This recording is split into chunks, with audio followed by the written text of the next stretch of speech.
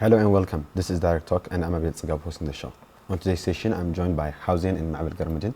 They are co-founders of Tigray Action Committee, a non-profitable organization based in the US and here in Tigray. In US, Tigray Action Committee works on advocacy regarding Tigray, and in Tigray, it has 4 feeding centers in Hawzien, Meqaleh, Adigrat and Shira. They are now here in Meqaleh after a long period of time. Hawzien and Maebel, thank you so much for joining us. Thank you for having me. Thank you, Abba. Okay, let's begin with your visit here. How does it feel to be here after a long period of time? I've had a lot of feelings. It feels wonderful to be here. I'm very happy to be back home with my family and to visit everyone. But it's also been overwhelming. It's been sad, exciting, happy. I've felt every emotion, every single emotion. Yeah, for me too. It's been, the last time I was here was in 2012. So it's been 11 years, and a lot has happened since that time. So for me, as soon as I touched down in Meqaleh, I felt immediately like I was at home. Even though I've only been to Tigray twice, we were born in Sudan. Yeah. We left when we were very young. I came to America when I was 1. And so even though Tigray, we've only been here a few times, immediately when I landed, it felt like home. And I was just very, very grateful that I was here. And so we've been here for 3 weeks now. And over the past 3 weeks, we've traveled all of Tigray. Well, a lot of Tigray, not all of it. There's a few places, obviously, we can't go because of their occupied territories. But we visited our families. We visited our 4 feeding centers, as you mentioned. And probably the feeling that I have the most is gratitude. Mm-hmm. When we were home in the U.S., we after the communication blockout, we were finally able to talk to some of our family members. But to actually be able to see them living, see them doing relatively okay has been really emotionally exciting, but also just so much gratitude that we are here and that we're able to come visit. So thank you for having us here. Yeah. Okay, Tigray was under communication blackout during the war in Tigray, and how does it feel when your homeland was under siege and your relatives were under communication blackout and you can't reach them for almost a year or 2 years? It was devastating when I wasn't able to speak to any of my family members, especially not being able to speak to my father, who's been here for a little over 10 years now. He lives in the United States. He's a United States citizen, and he moved back to Tigray to be with his family. And so for not being able to talk to him for almost 2 full years was very, very hard and scary. We in the diaspora, I can speak to America specifically, were very scared. It caused a lot of mental health issues for us because we were seeing such horrible news. We were hearing about when my grandmother lived in Aviadi, my mother's mother, and Aviadi was bombed over and over and over and over again, so many times. And all I can think about was my entire mother's family could disappear in 2 seconds from one bomb, from how many drones, and not being able to call anyone and see if they survived or if they were eating, or just imagining the most horrible, horrific things was incredibly, incredibly hard. And so when we were able to finally get a call in and hear that a lot of our family survived, the gratitude I felt was immense. And so telecommunication, I think that was one of the most successful parts of the war on Abi's side against us, because we weren't able to talk to our families, and that caused so many issues for us. And so telecommunication is incredibly important, especially in 2023. Since I've been in Tigray, I have not been able to use my phone at all. I have an iPhone 14 and it's locked, so I can't put a SIM card in it. And I haven't been able to use my phone unless I'm in areas that have Wi-Fi. And that in itself is incredibly hard. But it was still nothing compared to not being able to call into Tigray when I really, really wanted to make sure my dad was alive or my grandmother was alive. So it was very, very, very hard for me. How do you want to put it? No, I think Maebel explained a lot of the way that I was feeling too, but I think something that Maebel touched on is even being here in Tigray and having sometimes limited access to our phones and being so frustrated by it and understanding, wow, this is just a fragment of what they were going through under the siege. This is only a fragment of what they did for years, really, to not be able to talk to anybody, to not be able to have access. And I think we take it for granted so much in the West of what a communication blackout really looks like, but you can't call your loved ones, obviously, to check in on them, but you can't even, call a friend across the neighborhood. You can't get access to food necessarily if you have someone that helps you get it. And so being able to experience just maybe like slightly what that might have felt like has been really eye-opening to understand what a communication blackout really, really means to us in the West who have access to so much. But like Maebel said, for us, the hardest part was just not knowing. We, in the West, in the diaspora in general, I think we all imagined the worst. All of our family members would be killed because we had no idea. We had no information about what was happening. And so I don't know if you have more questions related to the siege, but the siege in general was very, very devastating to us outside of just the communication blackout. All right, let me proceed to my question regarding the Tigray Action Committee. What was your first motivation to found your organization?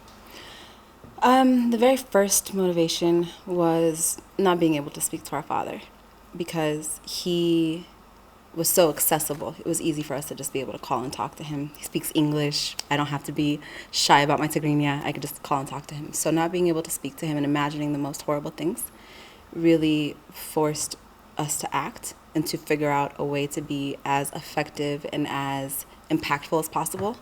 And originally, we only had social media. We had very little that we could do without being able to start an organization.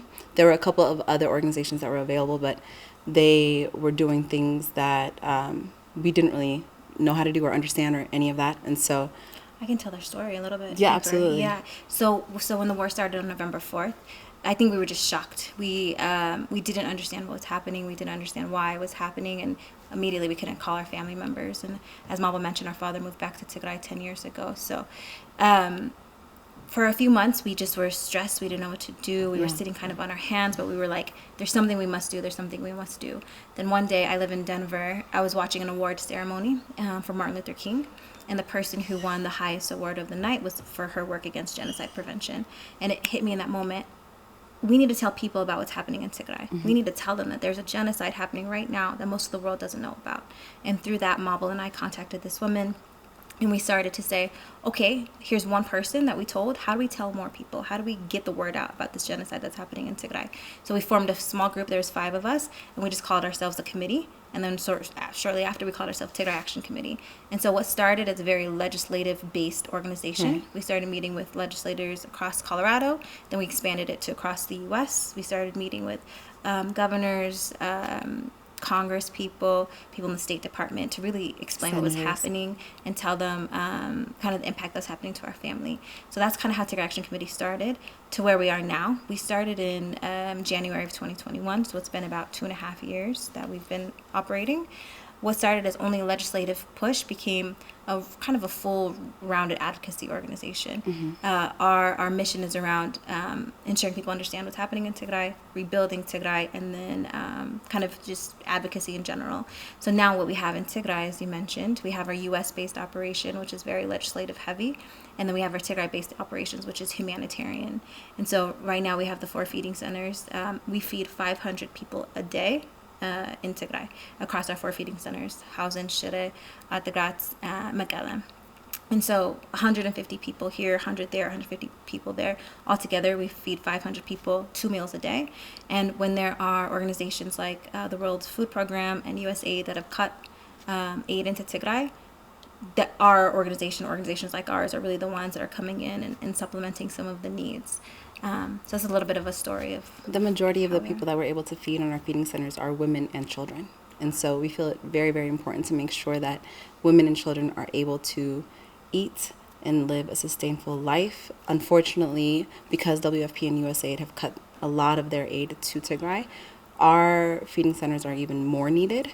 The women who we speak to, and we were able to finally speak to in person when we visited our feeding centers while we were here, all kept saying the same thing, and that was, we have more children, we want more food for our families. We're not being able to get food in other areas from different NGOs. And so being able to do something not just legislative, which means meeting with Congress people, senators, and the State Department, but also being able to actually feed Tagaru here is a huge... the gratitude I feel to be able to help people immediately and not just in the future with legislation and diplomacy is immense. I'm very, very grateful to be able to feed someone and make sure that they are able to survive today. Okay, but how about your works on advocacy? What are the major achievements you can tell about your works on advocacy? Yeah, so on the advocacy side, we started a campaign called Call It a Genocide. Our organization was the first one to kind of brand that. We had a huge social media push. I think we had over maybe like 2 million engagements with the hashtag alone, and that was in collaboration with a bunch of different organizations in the U.S. and Europe. But that campaign really, I think, helped people get their mind around how do we brand what's happening in Tigray. And so Call It a Genocide, I think, was some accomplishment that our Tigray Action Committee did from an advocacy standpoint. What our organization has done quite a bit is around the legislative side. So there's been a lot of bills in the Congress that were related to Tigray and Ethiopia. Most recently, there was what we were calling the Ethiopia Peace Bills. Our organization were one of the leading organizations to push the bills. There were a few that got passed. I probably can't name them off the top of my head. But well, some language was added to the omnibus bill around what's happening in Ethiopia and Tigray specifically, and that had a lot to do with Tigray Action Committee and a lot of Tagadu getting together, banding together in the United States and doing as much as possible to make sure that U.S. senators and U.S. Congress people knew the power that they had to help Tigrayans today. And so that was a major achievement, and I feel Tigrayans in the United States should be very proud of themselves for doing that. Our advocacy is not just legislative, it's not just diplomacy. We also do a lot of awareness building. We have done a lot of media around what's happening in Tigray. Everywhere we go, we talk about Tigray. So we've done social media campaigns. We've done legislative campaigns where we gather as many people as possible to go meet with Congress. And then we also do media campaigns. And so we've been featured in Forbes magazine, online. I've written op-eds for The Cut, New York Mag, all different kinds of things. We've been on international TV talking about Tigray. So our advocacy is rounded. It's not just legislation, it's diplomacy, it's media, and then we also are able to do more NGO-based things here in Tigray hands-on. Okay, finally, what do you think should be done to elevate the humanitarian crisis in Tigray? And what should be the role of other stakeholders? That's a big question. I don't know. There's a lot to do there, Abel. I think fundamentally I think we have to go with kind of the highest need of the people, which is right now food, medicine. The siege continues, right? We still have parts of Tigray that are occupied. I think that it's really sticking to the Pretoria Agreement. I think when I think about the humanitarian needs, about what we saw, a lot of them are around our IDPs. We visited IDP camps across Tigray and Tembe and Shire, and what we saw is that where parts of Tigray seem to be having some normalcy, there are many people who are not returning to that normalcy because of the humanitarian need or the lack of having a home, being displaced, the instability. So to me, I think the first thing we need to do is figure out how do we get our IDPs back home? How do we make sure that our occupied lands become unoccupied? We push out the invaders. And once that's done and we can return people to their homes, I think that's going to be the first piece. And then it's about how do we secure Tigray? How do we make sure Tigray is sustainable in terms of keeping our borders safe? And then the next thing around humanitarian aid, I think it's really about food, the food need. Maebel mentioned USAID, WFP, the blockage. I think in the West, what we have the privilege to do is really pressure these NGOs to do more, to understand the impact, the death that has happened because they've cut their aid, right? We know thousands of people have died since the World Food Program and the USAID have stopped providing aid to Tigray. And I know this is bigger than just Tigray. Ethiopia as a whole has been cut, but the impact of that is really strong. We see it on the streets. We see it in the hungry. We see it in the IDP camps. And we have the power to be able to motivate organizations like that to do more. I think also a lot of it would be around women. If women were included more, and I say this every time I get a chance, women need to be included in every single aspect of everything, especially when it comes to leadership and high positions where impactful change is made. Women should be a part of it. While here, we have met with CRSV victims. We have met with... which is conflict-related sexual violence. Thank you. We have met so many different women, and the experience that is happening in Tigray right now and has happened for the past 2 years, 2.5 years, almost 3 years, has been horrific for women, and it has really amplified the lack of women's roles when it comes to leadership. Women are still not in power at a level that can really change Tigray for better. And if we don't have more women in power, if we don't have more women change makers in Tigray, we are going to continue to experience horrific things. Tigray's women have experienced the worst of the worst of the worst. And some of them are still experiencing that in occupied areas. Rape is still happening. Molestation, so many horrible things are still happening to women in Tigray, and it's not being talked about as much because Mekelle is normal-ish. You know, you come to Mekelle and you feel a sense of like, oh, okay, maybe everything is okay. It's not. As soon as you leave, there are still burnt trucks everywhere. There are still starving children, and there are still women having a very, very, very hard time. And I've spoken to many of them, and the stories have been horrible. And to hear that women leave the areas that they are occupied as quickly as they can so that they can get services, but then are forced to go back because their entire family is there, they have no way to survive outside of those occupied areas, is horrifying for me, because they have a chance, but they really don't. To be a woman in Tigray and not have a chance to live a normal life is something that every Tigrayan should think about.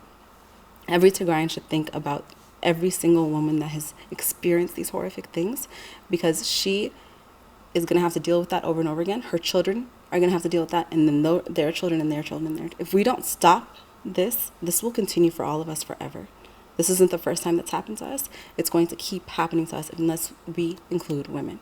And so I will say that forever, but I think it's very important to include women. Hawzien and Maebel, co-founders of Tigray Action Committee. Thank you for joining us. Thank you for having us.